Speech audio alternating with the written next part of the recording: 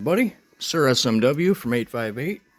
Doing a little test today. I did post 3 shorts doing this exact test.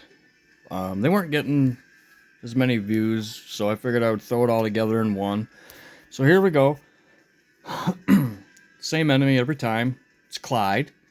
I've gone back and forth with him quite a bit. It's hard to beat him for me. I gotta be right on point. And I was asked to do some testing because a lot of people are still under the assumption at C36, 37 that cannons are better than snipers. So this is the first fight. This is cannons as the main killer. You'll notice that the front line and what I use for filler in the middle doesn't change. It's all the same. The enemy doesn't change. I did all 3 fights within a couple of minutes. So it's about as fair as I can make it. Okay, so we lost the first fight. He had 179,000 left over there. All right, let's go on to the second fight. He had 63,000 left over. And as you can tell, I used snipers as the main killer in this one. Everything else stayed the same. Using about 5,000 shielders, 5,000 cannon for protection.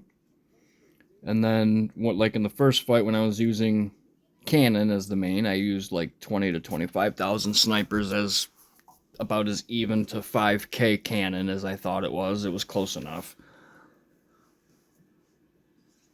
And we go down in this one. Almost looks like we could have pulled it off. And you know, I know what you're going to say. Well, you didn't use enough melee. Well, it's time for a different set of tests then, because I kept everything identical. So there's that one. He still had 63,000 snipers left, a Titan, and his plane. So now let's go to the winner.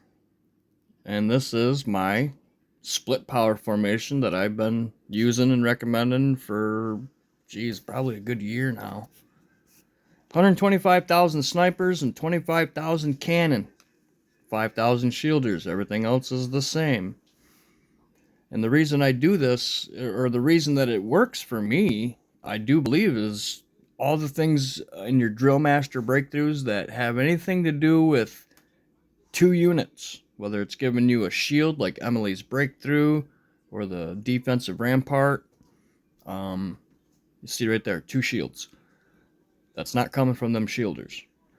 Okay, and then also the attacks things that can give more damage, or you have the ability to trigger more damage with some of them Drill Master breakthroughs.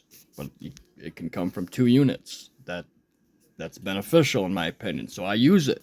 Now maybe I'm onto something. Maybe a lot of people don't like to use two killer units, and maybe I'm onto something. Jump on board. The best thing to do is finding out what works for you, what works in your city, and optimizing it to the best of your ability. This formation, you can go through all my videos, my shorts especially. I'm a 37. I beat 38s with gold planes. I've beaten a 41 with a gold plane. I've beaten a lot of C40s. I've beaten some strong mid-range players, and having those 2 units like that seems to be the reason why. The gold plane might fire and attack at the snipers first hit, well, second hit, now they don't know, so they gotta go to the cannon. Or mid-ranger, same thing, taking out them rockets. Cannons are king. But if they have havocs out there, well, then everybody kind of shoots toward your snipers, and your cannons are able to go to work and get it done. That's why I also recommend in your stats, going kind of evenly.